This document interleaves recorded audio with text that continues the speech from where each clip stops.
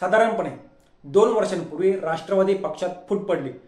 अजितदादांनी बंड केलं आणि अजितदादा आणि त्यांच्यासोबत 40 आमदार बाहेर पडले। त्यानंतर शरद पवार आणि अजित पवार हे दोन्ही नेते अनेक वेळा वेगवेगळ्या कार्यक्रमात एकत्र दिसले, पण त्यांनी त्यावेळी एकमेकांकडे पाहणं देखील टाळलं।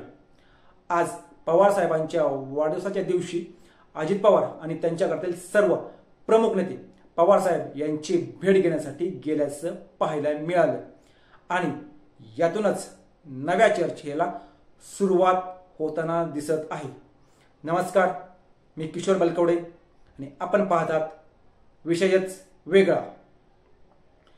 पवार साहेब यांचा वाढदिवसाचा औचित्य साधून अजित पवार, प्रफुल्ल पटेल, छगन भुजबळ असे सर्व मोठे नेते पवार साहेब यांची भेट घेण्यासाठी गेल्याचं दिसलं। राष्ट्रवादी पक्ष फुटी झाल्यानंतर ही पहिलीच भेट झाली असं देखील म्हणता येईल, कारण अजित पवार गटातील सर्व प्रमुख नेते ह्या भेटीच्या दरम्यान हजर असल्याचं दिसून आलं। पवार साहेब यांची भेट घेऊन बाहेर आल्यानंतर काही पत्रकारांनी अजित पवार यांना या भेटीच्या संदर्भात प्रश्न विचारले।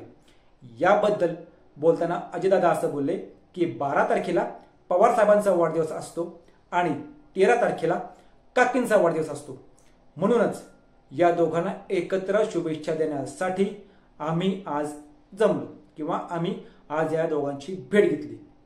यात राजकीय चर्चा कोणतीही झाली नाही असं देखील अजितदादा यांनी सांगितलं। सर्वसामान्यपणे आपण निवडणूक निकाल लागल्यानंतर पाहिलं असेल की यशवंतराव चव्हाण यांच्या स्मृती दिनाच्या वेळेस अजित पवार आणि रोहित पवार यांची देखील भेट झाली होती। ती आपण विविध प्रसार माध्यमांच्या द्वारे पाहिली आणि खरं तर तेव्हापासूनच दोन्ही पवार गट हे एकत्र येण्याच्या चर्चा सुरू झाल्याचं बोललं जात आहे किंवा जात होतं। यामुळे निवडणूक निकाल लागल्यावर दोन्ही पक्ष किंवा हे दोन्ही गट हे एकमेकांच्या जवळ येण्याचा प्रयत्न करताना दिसत आहे। याबरोबरच शरद पवार गट आता अजित पवार गटात सामील होण्याची शक्यता सुद्धा आहे किंवा अशा चर्चा देखील असल्याचं बोललं जात आहे। एकंदर विचार जर केला तर लोकसभा निवडणूक आणि विधानसभा निवडणुकीत एकमेकांवर अतिशय कडवटपणे, अतिशय आक्रमकपणे, अतिशय तिखट भाषेत टीका करणारे हे दोन्ही पवार गट निकालानंतर मात्र एकमेकांना सॉफ्ट कॉर्नर देताना दिसत आहेत आणि याच कारणामुळे देखील अजितदादांनी सर्व प्रमुख नेत्यांना सोबत घेऊन शरद पवार यांची भेट घेतली असं वर्तवण्यात येत आहे। याबरोबरच हे दोन्ही गट एकत्र आले तर केंद्रात आणि राज्यात राष्ट्रवादी हा पक्ष मोठा होऊ शकतो आणि याच जोरावर दोन्ही ठिकाणी केंद्रात आणि राज्यात मोठं मंत्रिपद मिळवता येऊ शकतं। म्हणूनच हे एकत्र येण्याचा विचार करत असतील ही देखील शक्यता या ठिकाणी आपल्याला नाकारता येणार नाही।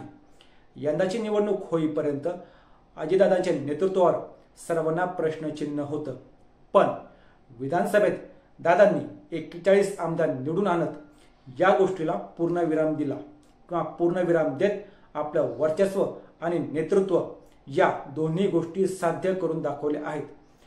आता हे दोन्ही गट एकत्र येऊन मोठी ताकद राजकारणात उभी करणार का आणि शरद पवार आणि अजितदादा भेटीचं रहस्य काय असेल हे येत्या काळात दिसून येईलच।